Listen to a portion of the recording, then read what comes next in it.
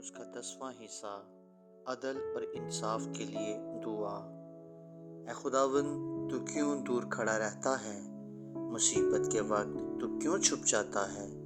شریر کے غرور کے سبب سے غریب کا تندی سے پیچھا کیا جاتا ہے۔ جو منصوبے انہوں نے باندھے ہیں وہ انہی میں گرفتار ہو جائے، کیونکہ شریر اپنی نفسانی خواہش پر فخر کرتا ہے اور لالچی خداوند کو ترک کرتا ہے، بلکہ اس کی احانت کرتا ہے۔ شریر اپنے تکبر میں کہتا ہے کہ وہ باس پرس نہیں کرے گا۔ اس کا خیال سراسر یہی ہے کہ کوئی خدا نہیں۔ اس کی راہیں ہمیشہ استوار ہیں، تیرے احکام اس کی نظر سے بید و بلند ہیں۔ وہ اپنے سب مخالفوں پر پھنکارتا ہے۔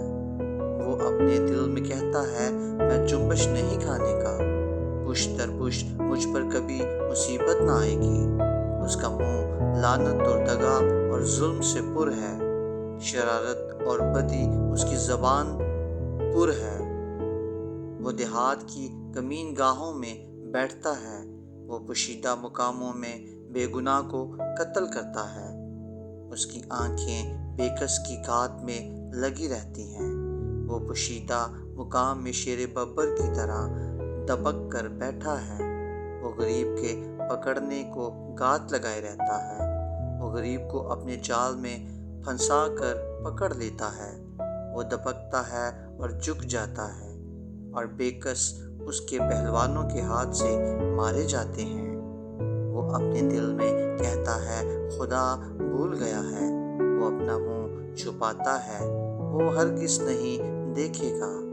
اٹھ اے خداوند، اے خدا، اپنا ہاتھ بلند کر، غریبوں کو نہ بھول۔ شریر کس لیے خدا کی احانت کرتا ہے اور اپنے دل میں کہتا ہے کہ تو باس پرس نہیں کرے گا؟ تو نے دیکھ لیا ہے، کیونکہ تو شرارت اور بغض دیکھتا ہے، تاکہ اپنے ہاتھ سے بدلہ دے۔ بے کس اپنے آپ کو تیرے سپرد کرتا ہے، تو ہی یتیم کا مددگار رہا ہے۔ شریر کا بازو توڑ دے اور بدکار کی شرارت کو جب تک نابود نہ ہو ڈھونڈ ڈھونڈ کر نکال۔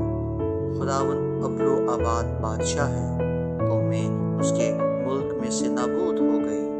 اے خداوند، تو نے حلیموں کا وداع سن لیا ہے، تو نے ان کے دل کو تیار کرے گا۔ تو کان لگا کر سنے گا کہ یتیم اور مظلوم کا انصاف کرے، تاکہ انسان جو خاک سے ہے پھر نہ ڈرائے۔ آمین۔